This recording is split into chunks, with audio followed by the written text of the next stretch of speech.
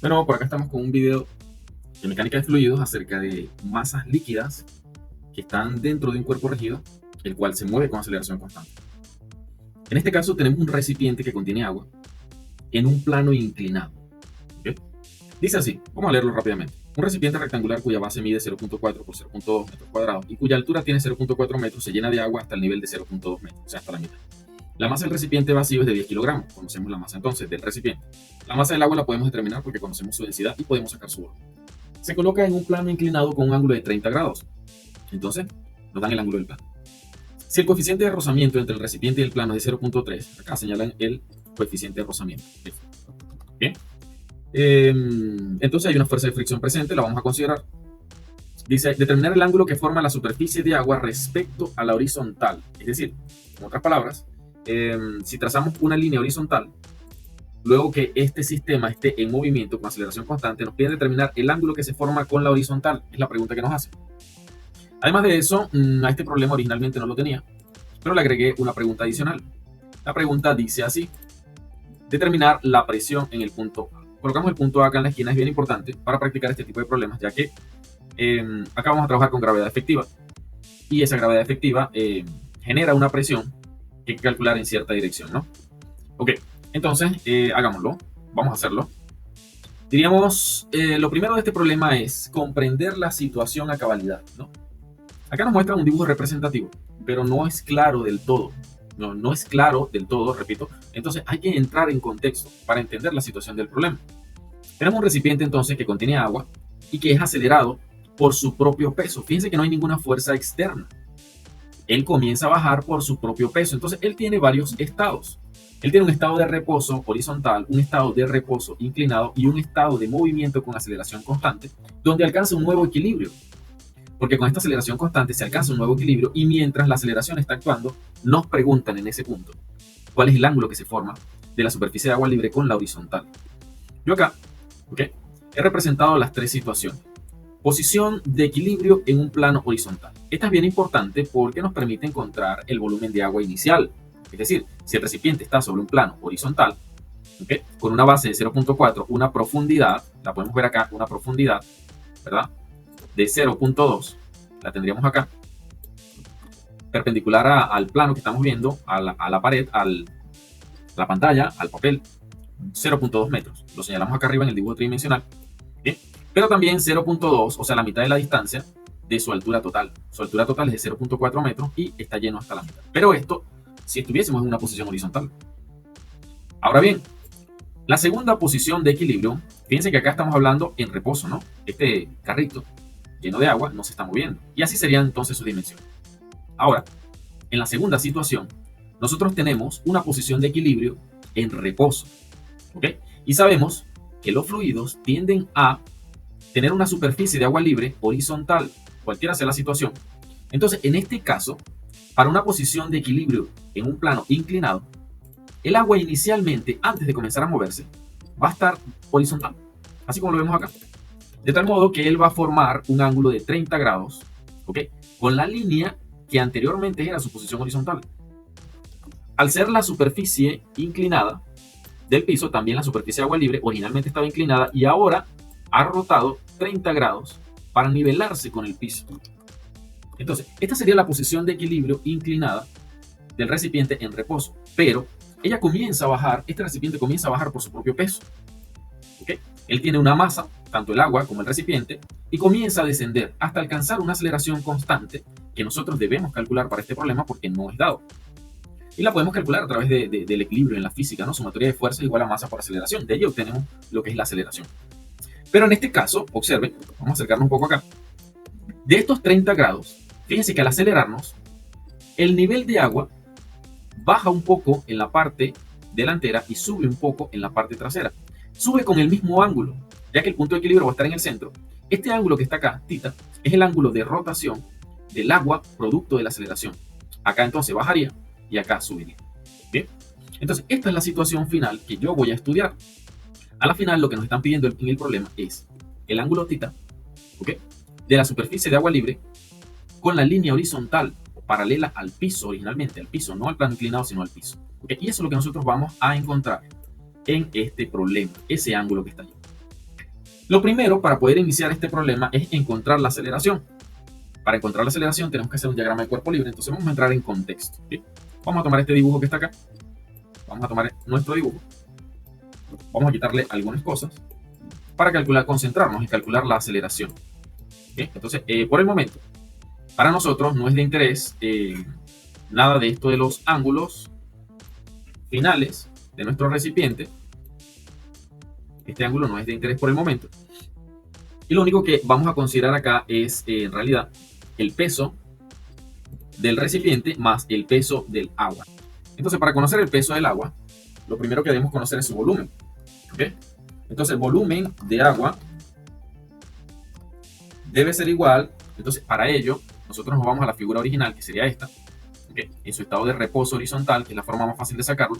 Y tenemos que es 0.4 por 0.2 por 0.2 de profundidad, que lo vemos señalado acá en el dibujo tridimensional. Ese sería entonces 0.2 por 0.2 por 0.4, para obtener entonces el volumen en metros cúbicos, dándonos un volumen de 0.016 metros cúbicos. Listo, tenemos el volumen del agua. Conocido el volumen del agua, vamos a mantener esto acá, conocido el volumen del agua, entonces yo necesito saber la masa del agua. Vamos a encontrar entonces la masa del agua. Asumiendo que la temperatura del agua es estándar, tenemos que la densidad del agua son 1000 kilogramos sobre metros cúbicos. Si multiplicamos la densidad por el volumen, obtenemos la masa, o sea, 0.016 metros cúbicos. Entonces, la masa del agua sería de 16 kilogramos. ¿Okay? Esa sería la masa del agua. Ahora bien, ¿cuál es la masa del recipiente? Es de 10 kilogramos. Ahora, calculamos el peso total. El peso total que involucra tanto el agua como el recipiente, porque a la final es la suma de los pesos lo que va a causar esta aceleración. Sumaríamos entonces 10 más 16 kilogramos y lo multiplicamos por la gravedad, 9.81 metros sobre segundos al cuadrado. ¿Okay? ¿Cuánto nos daría entonces el peso total? 81, obteniendo un peso de 255.06 newton, que es la unidad de peso, por supuesto. Ok, teniendo el peso, yo puedo representar, vamos a colocar esto por acá en un costadito, yo puedo representar entonces en mi diagrama el peso. Ya sabemos que el peso siempre es vertical. Entonces, bueno, lo representamos acá. En el punto central representamos el peso. Para mi diagrama de cuerpo libre, entonces tendría un peso total de 255.06 newton. ¿Qué otras fuerzas tenemos involucradas acá? Tenemos, por supuesto, la fuerza normal. Vamos entonces, para trabajar con la fuerza normal, vamos a representarla acá, ¿no? Lo que vamos a hacer es a trazar una línea perpendicular al piso. ¿Okay? Y bueno, la línea amarilla representaría la paralela al plano inclinado. De tal modo que este peso que está acá se puede descomponer. ¿Bien? Por trigonometría, no voy a extender mucho en eso, pero por trigonometría, el ángulo que está acá con el plano inclinado de 30 sería el mismo ángulo del peso, pero con la vertical. Este ángulo sería 30 grados. De forma trigonométrica es bastante sencillo de sacar, pero ya se los dejo a ustedes para que lo resuelvan, ¿no? La parte trigonométrica. Puedo decirles que el peso siempre va a tener un ángulo con la vertical que es igual a el ángulo del plano inclinado. Bien, ahí está. Esta fuerza que está acá, W, se puede descomponer. La podemos descomponer. Tendríamos entonces una componente en la dirección de la línea amarilla, que va a ser nuestra X. Y vamos a tener una componente en la dirección perpendicular al plano inclinado, que vendría a representar nuestra Y. Entonces, como acá sería 30, acá sería entonces 255.06 por el coseno de 30, por supuesto. ¿Okay? Ya que siempre es coseno con el ángulo que está directamente con el eje. Así que esto lo multiplicaríamos por coseno de 30 y obtenemos un valor de 220.88 aproximadamente. Para el caso de la componente en dirección de la X, sería 255.06 por el seno de 30. De tal modo que nos da un valor de aproximadamente, no, este sí nos da exacto, 127.53 newton. Tenemos entonces el peso, lo hemos descompuesto en su componente horizontal y vertical, así que bueno, ya lo podemos borrar, porque ya tenemos sus componentes rectangulares, que al final es lo que en realidad necesitamos. Listo. Ahora, tenemos una fuerza de fricción que existe entre las ruedas, ¿verdad? Y el piso. Bueno, acá en el dibujo no está en contacto, pero sabemos que si no, acá está en contacto. Hay un roce, una fuerza de roce entre las ruedas y el piso. ¿Okay? Por tanto, existe una fuerza de fricción acá y sería contraria al movimiento. Vamos a colocarlo al mismo color rojo, acá, contra el movimiento. ¿Okay? Y esta fuerza de fricción va a ser igual a la fuerza normal multiplicada por el coeficiente de rozamiento que le vamos a llamar μ. ¿Listo? Okay. La fuerza normal es la fuerza perpendicular al piso hacia arriba. Acá la tenemos. ¿Listo? Esta sería entonces la fuerza normal. Estas son las fuerzas que tenemos presentes. ¿Bien?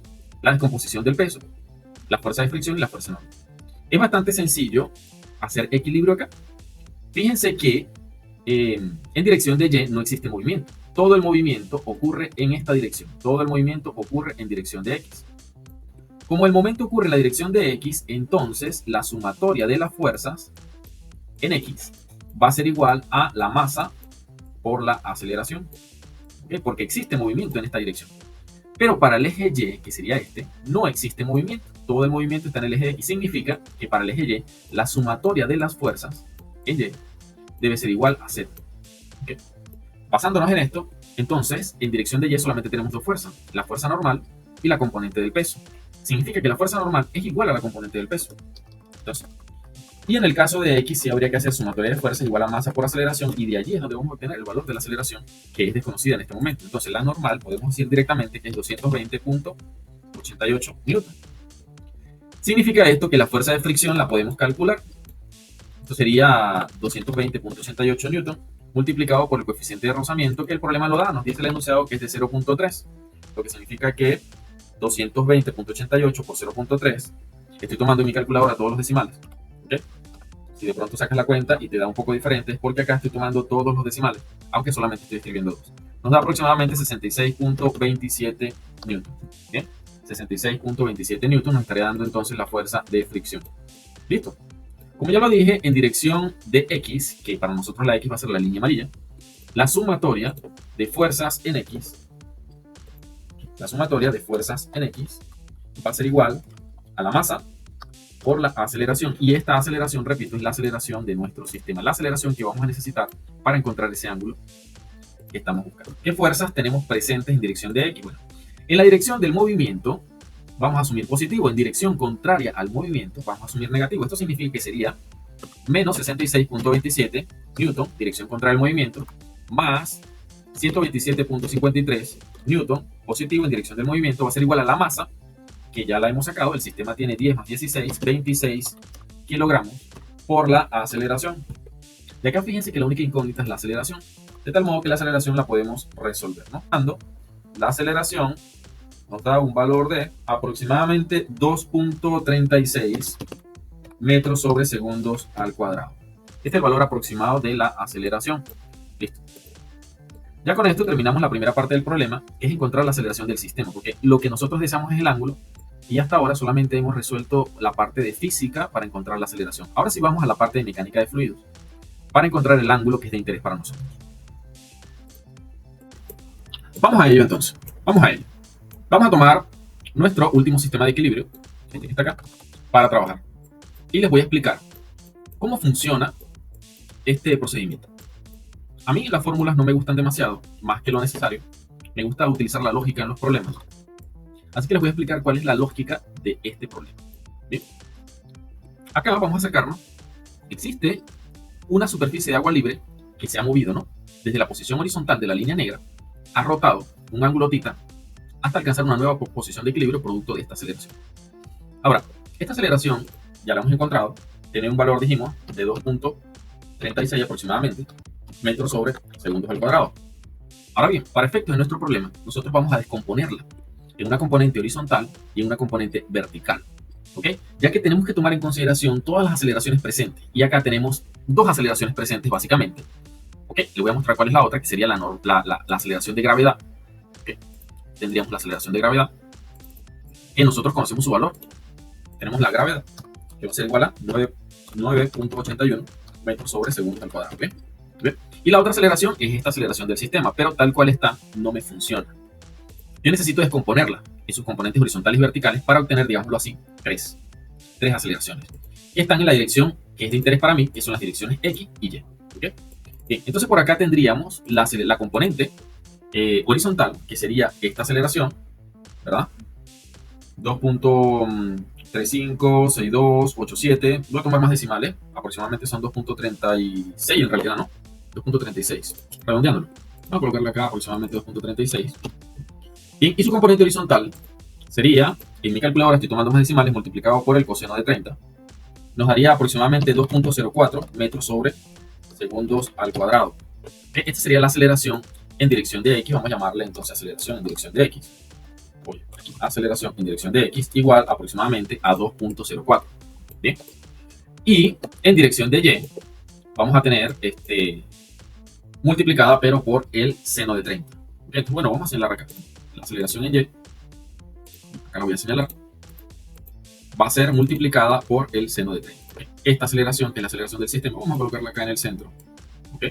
Y tendríamos entonces acá la aceleración y su descomposición. Ahora vamos a hablar de la aceleración en Y. Ya sabemos que este ángulo que está acá es 30 grados. Bien, 30 grados. Para que el problema se vea claramente, ¿no? Y por acá entonces tendríamos ahora, en vez de multiplicar por el coseno, multiplicaríamos por el seno. Bien. Al multiplicar por el seno nos da una aceleración en Y aproximadamente de 1.18, vamos a colocarle 3 decimales, 178. Oye, aquí no escribió. 1.178 metros sobre segundos al cuadrado. Listo. Tenemos la componente en X y la componente en Y de la aceleración del sistema. Ahora bien, nuestro fluido va a sentir la aceleración, digamos, nuestra masa líquida va a sentir la aceleración en sentido contrario.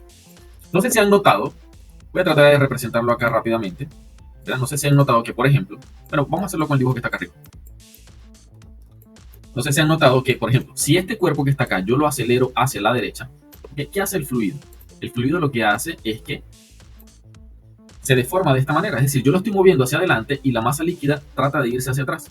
¿Ok? Ese es el sentido físico que tiene, es acción y reacción. Lo que hace el fluido es ir en contra del movimiento para tratar de conseguir su equilibrio, digamos, de inercia, ¿no? En ese sentido, volviendo al problema, entonces mi fluido va a sentir esta aceleración en sentido contrario, es decir, no lo va a sentir hacia la derecha, sino que lo va a sentir es hacia la izquierda. Yo voy, como estoy estudiando mi masa líquida, yo voy a representar esta aceleración en el sentido que está afectando a mi fluido. Entonces acá tendría una aceleración que el fluido lo siente como 2.04 hacia la izquierda. Y esta aceleración del sistema, mi fluido, en vez de sentirla hacia abajo, la siente es hacia arriba. ¿Okay? Lo que significa que esta aceleración, el fluido la está sintiendo hacia arriba, con un valor de 1.178. Ya bueno, la aceleración del sistema jugó su papel, la borramos, ya no es de interés para nosotros, ya la descompusimos. Ahora bien, ¿qué aceleraciones? Recuerden que estos son vectores. Este es mi vector en dirección de X y tengo dos vectores en dirección de Y. Dicho eso, recuerden que estos son vectores. Entonces, yo no puedo sumar la dirección de X con la dirección de Y. Para yo poder encontrar una resultante tendría que utilizar Pitágoras. Pero fíjense que en dirección de Y tengo dos aceleraciones. Vamos a transformar estas dos aceleraciones en una sola. Como puedo ver, la aceleración que va hacia abajo, que es la gravedad 9.81, es mayor que la que va hacia arriba, que es de 1.178. Si yo agrupo estas dos aceleraciones, estoy seguro que la resultante me va a quedar hacia abajo. De tal modo que la gravedad, ¿verdad?, más la aceleración en Y, recuerden que estos son vectores, es decir, la gravedad sería J negativo y la aceleración en Y sería J positivo, sumándolas vectorialmente. Me quedaría 9.81 menos 1.178 metros sobre segundos al cuadrado. Entonces, bueno, ya realizando la suma de vectores, la suma vectorial me va a quedar una sola aceleración hacia abajo. De tal modo que la gravedad, ¿verdad?, más la aceleración en Y, repito, la suma vectorial, que en realidad es una resta, nos quedaría como 9.81 menos 1.178. Nos da un valor aproximado de 8.63 metros sobre segundos al cuadrado. Ahora sí tenemos nuestros dos vectores, ¿no? Vamos a tratar de hacerlo más o menos a escala. Si este es 2, ¿verdad?, y este es 8, entonces esta flecha debería ser un poco más corta, ¿no? Vamos a representarla acá. Este sería 2, mientras que este sería 8, una flecha más larga, para encontrar lo que es la gravedad efectiva. Entonces, uniendo estas dos aceleraciones de manera vectorial, yo puedo encontrar lo que es la gravedad efectiva, la aceleración de gravedad efectiva. ¿Ok? Como pueden recordar, la suma de vectores, siempre con la componente horizontal y la vertical, voy a obtener una resultante. En este caso, la resultante va a ser mi gravedad efectiva, que es la gravedad que siente en realidad el fluido. Y lo puedo encontrar fácilmente. Si tengo la componente horizontal y la vertical, pues bastaría simplemente con hacer la raíz, o sea, teorema de Pitágoras. ¿Okay? Recuerden que para el teorema de Pitágoras sería cateto adyacente al cuadrado más cateto opuesto al cuadrado, ¿no? Entonces sería 2.04 al cuadrado más 8.63 al cuadrado, teorema de Pitágoras. De tal modo que la gravedad efectiva, 8.87 metros sobre segundos al cuadrado. Esta gravedad efectiva es la gravedad que en realidad es de interés para nosotros. Obteniendo esta gravedad efectiva, de hecho ya puedo olvidarme de las otras dos, ¿okay? Porque ya he conseguido la gravedad efectiva con la que yo voy a trabajar. Vamos a mantener acá, sin embargo, la línea vertical, porque si la vamos a necesitar. ¿Okay? Y acá vamos a borrar ya, para no recargar el problema, vamos a borrar la aceleración. Esta la borramos y listo. Acá tendríamos la gravedad efectiva, que es la que en realidad nosotros vamos a utilizar. Voy a colocar esto también en amarillo. Listo. Y esta es la que nosotros vamos a utilizar, la gravedad efectiva. Ya sabemos que salió por el teorema de Pitágoras. Vamos a colocar esto para acá. Así limpiamos un poco la pizarra. Y listo. Ahora, esta gravedad efectiva tiene una propiedad bien importante. ¿Okay? Voy a acercarme acá. La gravedad efectiva, y voy a representarlo con otro color. Puede ser verde. No, vamos a hacerlo. Es perpendicular a la superficie de agua libre. Es decir, fíjense, la línea celeste. Esta línea celeste que está acá. ¿Okay? Ella es perpendicular al nivel de agua libre. Perpendicular a la línea celeste. ¿Okay? Entonces, yo puedo encontrar estos ángulos. Puedo encontrar tanto este ángulo como puedo encontrar este ángulo. Es decir, recuerden que ella salió a partir de lo que es dos componentes, la horizontal y la vertical. Vamos a colocarle nombre a estos ángulos, ¿no? Voy a colocarle nombre. Este ángulo que está acá, fíjense que casualmente es el ángulo tita que yo necesito. ¿Okay? Y este ángulo que está acá vamos a llamarlo alfa. Recuerden que estamos haciendo la perpendicularidad con la línea celeste. Nuestra gravedad efectiva y la línea celeste. Ok. Entonces, bueno, fíjense que acá este ángulo total sería 30 grados, ¿no? Si yo tengo el ángulo tita, de hecho también, si lo necesito, podría encontrar este ángulo que está acá. Podría encontrar este ángulo, que va a ser la diferencia con 30. Y bueno, ese ángulo azul que ya representaba acá, pues también sería este ángulo que está acá. ¿Sí? Ok. Entonces, con eso en mente, recuerden que yo tengo acá un triángulo, ¿no? Este triángulo que está acá. Voy a representar ese triángulo por acá. Ok, vamos a representarlo. Aquí tendríamos la gravedad efectiva, ¿verdad? Tendríamos una componente horizontal. Tendremos una componente vertical. Ya sea que lo veamos desde esta forma o, en su defecto, que lo pudiéramos ver así, es igual. Son dos triángulos que son simétricos. Okay. En este caso, la hipotenusa es la gravedad efectiva, que tiene un valor de 8.87 aproximadamente, sería la hipotenusa. Okay. Este cateto tendría un valor aproximado de 2.04. ¿Listo? Y este cateto tiene un valor aproximado de 8.63. Okay. Si lo vemos en este triángulo, el triángulo inferior, pues sería igual, ¿no? Este cateto sería 2.04 y el cateto sería 8.63. ¿A qué me refiero con esto? Bueno, si yo hago el estudio acá trigonométrico, fíjense cómo he llamado los ángulos acá, ¿ves? Este ángulo que está acá sería alfa y este ángulo que está acá sería teta. Si yo calculo el ángulo teta, he resuelto básicamente el problema. ¿Okay? Lo que están pidiendo en realidad es este ángulo teta. ¿Okay? ¿Cuánto vale el ángulo teta? El ángulo teta lo estamos calculando a partir de lo que es la gravedad efectiva y las componentes de aceleraciones que han quedado remanentes de la aceleración del sistema y la gravedad, ¿no? Entonces nuestro ángulo de interés sería teta y lo podemos sacar con cualquier función trigonométrica. Puede ser con la tangente, con el seno, con el coseno. O sea, esto podría ser tangente a la menos 1, ¿verdad? De cateto opuesto sobre cateto adyacente, 2.04, dividido entre 8.63, ¿no? Y aproximadamente nos da un valor de 13.3 grados. ¿Bien? Ustedes lo pueden verificar. Claro que no necesariamente tiene que ser con la tangente. Yo también podría encontrar el ángulo teta con, por ejemplo, el coseno. ¿Okay? Aquí sería entonces, en vez de la tangente, sería el coseno a la menos 1. ¿De quién? De cateto adyacente. En este caso sería entonces 8.63 dividido entre la hipotenusa, que ya cambia la fórmula, 8.87, y nos debería dar 13.3 también. Y también podríamos hacerlo con el seno, por supuesto. Tendríamos exactamente el mismo resultado, solamente que en este caso sería cateto opuesto, aquí sería seno a la menos 1. de cateto opuesto, en este caso sería entonces 2.04 entre 0.87, que es la hipotenusa, y obtendríamos el mismo valor. O sea, esto ya es algo trigonométrico. Okay. Y acá lo importante que se entienda es, primero, la parte física de cómo encontrar la aceleración, luego la parte que sí es de mecánica de fluidos, sabiendo, primero, que la aceleración se puede descomponer en horizontal y vertical, encontrando entonces las componentes horizontales y verticales. La vertical, en este caso, se va a restar la gravedad menos la componente vertical, y en el caso de la horizontal quedaría la misma componente horizontal. De tal modo que podemos encontrar la gravedad efectiva. Lo otro es saber que forma un ángulo de 90 grados con la superficie de agua libre. ¿Okay? Entonces, bueno, haciendo un poco de análisis trigonométrico, puedo encontrar el ángulo θ, ¿no? Que me da 13.3. Esto significa, ¿verdad?, que nuestro fluido acá ha bajado 13.3 grados y acá ha subido 13.3 grados a partir de su posición de equilibrio original en el plano inclinado. ¿Okay? Ella estaba en esta posición. El fluido era horizontal. ¿Okay? Y al acelerarse, entonces acá subió y acá bajó un poco. Ahora bien, la otra pregunta que nos hacen, bueno, que formulé yo para el problema, es la presión en el punto A. ¿Okay? ¿Cómo se calculará la presión en el punto A? Yo debo recordar que yo necesito una distancia que sea paralela a la gravedad efectiva. Y también debo recordar que acá se me forma un ángulo de 90 grados. ¿Okay? 90 grados con esta línea de acción de la superficie de agua libre. ¿Listo?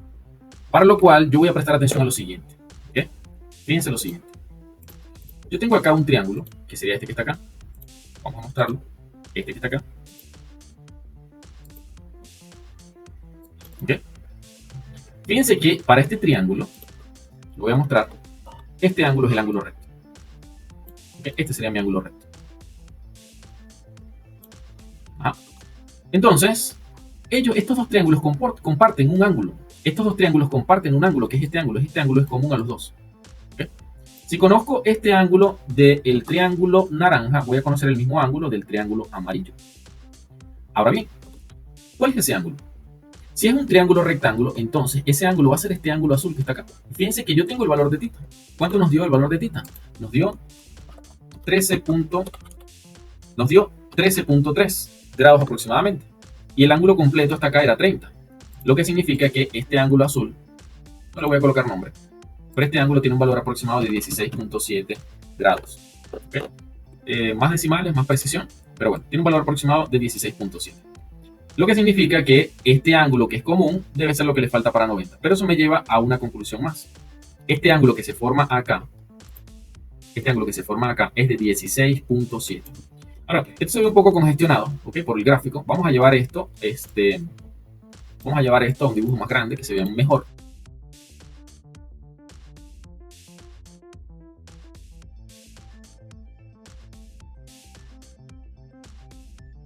Efectos del problema, la distancia que yo estoy buscando es esta distancia, que es h. Y tengo este ángulo 16.7. Ahora, tengo algo más. Yo tengo esta distancia. ¿Ok? Fíjense bien. Voy a borrar algunas líneas acá. Voy a borrar esta, ¿verdad? Primero, ¿okay?, esta era la línea que originalmente era horizontal. Así que esta distancia es conocida. Esa distancia nos da el problema, es de 0.2 metros. ¿Okay? Pero nos estaría haciendo falta esta otra distancia hasta acá, este pedacito. ¿Okay? Este pedacito. ¿Okay? Ese pedacito lo podemos encontrar, porque nosotros también conocemos, ¿okay?, también conocemos esta distancia. Esta distancia desde acá hasta acá, que sería básicamente la base, esta base. Esta base. Esa base sería entonces la mitad de 0.4, también sería 0.2 metros. ¿Okay? Entonces esta distancia será 0.2 metros. Yo puedo encontrar, siendo que esto es un triángulo rectángulo, puedo encontrar el cateto opuesto. ¿Okay?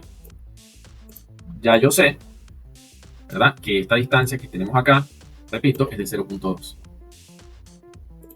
Esta sería de 0.2 metros. Pero tendría que encontrar esta, ¿no? Ok. Sería con la tangente. Tangente de 16.7 sería igual a cateto opuesto sobre cateto adyacente. La incógnita es el cateto opuesto. Entonces esto sería 0.2 por la tangente de 16.7. 0.2 por la tangente de 16.7 nos da aproximadamente 0.06 metros. Sería esta distancia. De tal modo que la distancia total, desde acá hasta acá para este triángulo, sería de 0.26 metros. Listo. Yo quiero h. Fíjense que 0.26 es la hipotenusa, es decir, esta distancia, la hipotenusa.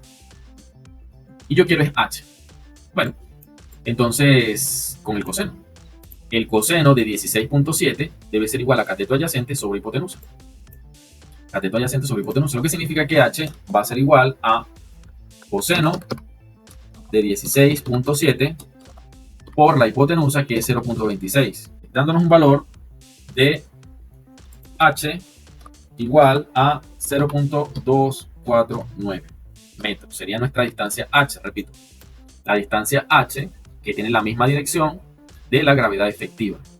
Ahora sí podemos calcular la presión en el punto A. ¿Cómo calculamos la presión en el punto A? La presión en el punto A la calculamos igual que calculamos las presiones hidrostáticas. ¿Cómo las calculamos? La calculamos como densidad, por gravedad, por altura o por profundidad. Solo que en este caso, normalmente, la gravedad es 9.81 y la altura se mide verticalmente. Es lo que normalmente se hace. La altura se mide verticalmente y la gravedad normalmente es 9.81. Pero en nuestro caso, la altura se va a medir en la dirección de la gravedad efectiva y la gravedad va a ser la gravedad efectiva. ¿Ok? Entonces, ¿cuánto sería la presión en el punto A? La presión en el punto A sería la densidad del agua, esa sí no cambia. Son 1000 multiplicada por la gravedad, que en este caso sería la gravedad efectiva, aproximadamente 8.87 metros sobre segundos al cuadrado, multiplicada por la altura, que en este caso es una altura medida en la dirección de la gravedad efectiva, que nos ha dado 0.249 metros. Al resolver esta operación, obtenemos la presión en el punto A cuando este especie de carrito se está moviendo con la aceleración que se obtuvo producto de su propio peso. 1208.14 pascal, newton sobre metro cuadrado. Este sería el valor de la presión en el punto A, específicamente para este problema, ¿no? Okay.